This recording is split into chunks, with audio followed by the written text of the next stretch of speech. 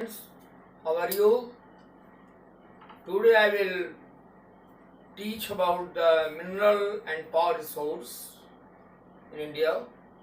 You know, mineral is the base for economic development and boost our national capitals also. As you know, minerals is a natural substance, organic and inorganic origins, and also find different chemical and physical properties in the minerals. There are three types of minerals: metallics, non-metallics, and precious. Now, metallic minerals, it is also further divided into two parts: ferrous, non-ferrous, and ferrous. Example, iron ore is a part of the ferrous. Manganese is also part of the ferrous. Nickel is also part of the ferrous. Now, non-ferrous, it contain not iron ore, means copper, lead and tin. These are the examples of ferrous. Now, non-metallic minerals, it is also further divided into two parts: mineral fuels, as you know, coals, natural gas and petroleum. All these are the conventional source of energy.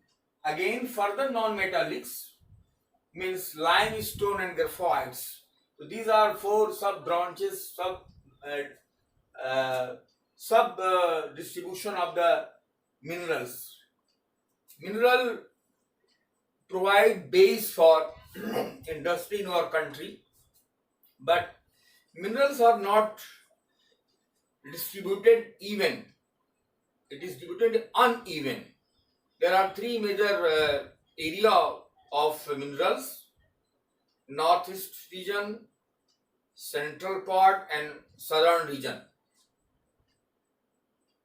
As you know, India is a rich country in the minerals, and it is self-reliance in iron ore, manganese, bauxite, and mica. But we are facing a lot of problems. We are shortage of minerals, especially gold, precious stone, natural gas, petroleum, diamonds, etc. But we are trying to minimize our dependency to others country, because we are consuming a lot of money to obtain minerals, fuels especially. So then we are divided two parts of the source of energy: conventional source of energy and non source of energy, परंपरागत ऊर्जा के स्रोत और गैर परंपरागत ऊर्जा के स्रोत। इसके पहले मैं बताना चाहूंगा कि खनिज जो है बेसिकली वो भारत में और समान रूप से वितरित है।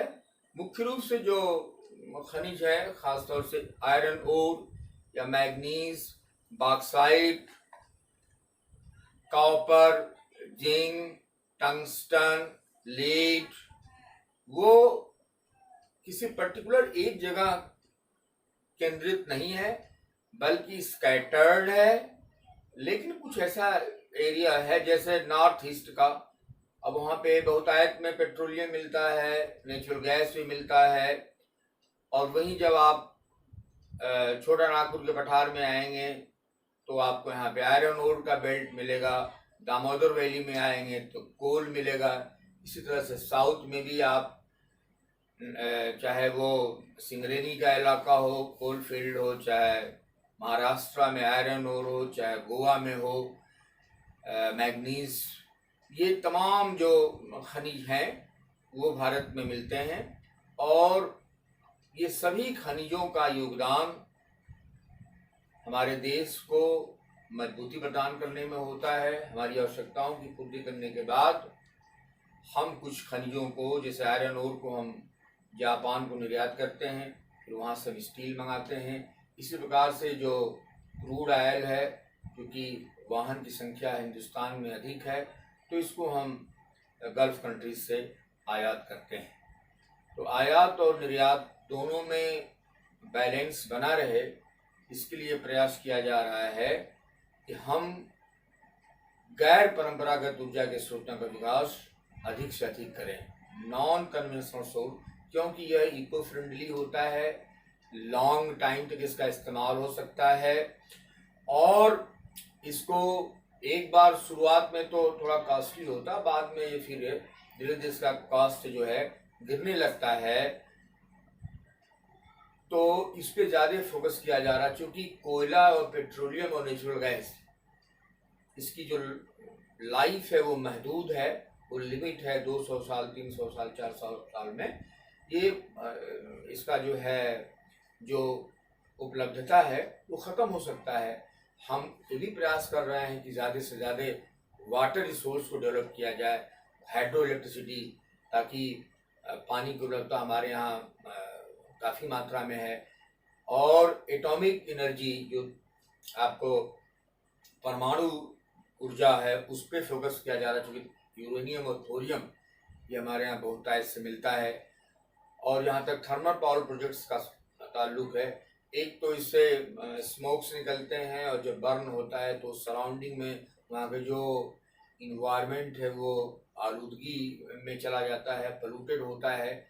तो सबसे सेफेस्ट और सबसे सुरक्षित और सबसे जो है स्वच्छ अगर कोई ऊर्जा के स्रोत है तो वह है सोलर एनर्जी, वह है विंड एनर्जी, वह है टाइडल एनर्जी, वह है जियोथर्मल, और वह है बायोगैस। और उसके बाद जो कूड़ा कचरा शहर से निकलता है, इससे भी हम ऊर्जा उत्पादित कर सकते हैं और अपनी आवश्यकताओं की पूर्ति कर सकते हैं। हिंदुस्तान गांव का देश है, और करोड़ों पशु हमारे यहाँ लोग पालते हैं। उससे जो डक्स, जो गोबर निकलते हैं, उससे भी अगर हम बायोगैस के माध्यम से ऊर्जा उत्पादित करते हैं और घरेलू आवश्यकताओं की पूर्ति उससे हम करते हैं, तो अब जो गांव अंधेरे में था, अब वहाँ उजाला में तब्दील हो गया। यह इस बात का द्योतक है कि हिंदुस्तान ज़्यादा से ज़्यादा गैर परंपरागत ऊर्जा पे ज़्यादा फोकस कर रहा है। अब आवश्यकता इस बात की भी है कि हम मिनरल्स और पावर रिसोर्स को कंजर्व करें, को संरक्षित करें, ताकि और उच्च तकनीक को विकसित करें, टेक्नोलॉजी को, ताकि अभी टाइडल एनर्जी और करंट एनर्जी और साइक्लोनिक एनर्जी ये फ्यूचर में विकसित करने के तमाम इम्कानात हैं। और भारत लकी है कि कोस्ट एरिया बहुत बड़ा है, तो हम विंड एनर्जी को भी विकसित कर सकते हैं। गांव में भी हम गांव के आवश्यकताओं की पूर्ति के लिए वहाँ पे बायो गैस के माध्यम से हम अपनी ऊर्जा की आवश्यकता को पूर्ति कर सकते हैं।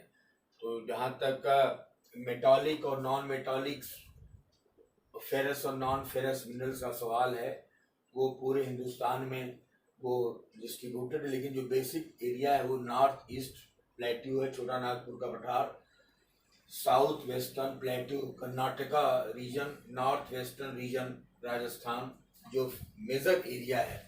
अब भारत में बहुत सारे ऐसे एजेंसीज हैं जो मिनरल्स को एक्सप्लोर करता है, उसमें GIS है, उसमें IBM है, उसमें ONGC है, उसमें MECL है, उसमें गोल्ड माइंस रिसर्च इंस्टीट्यूट है।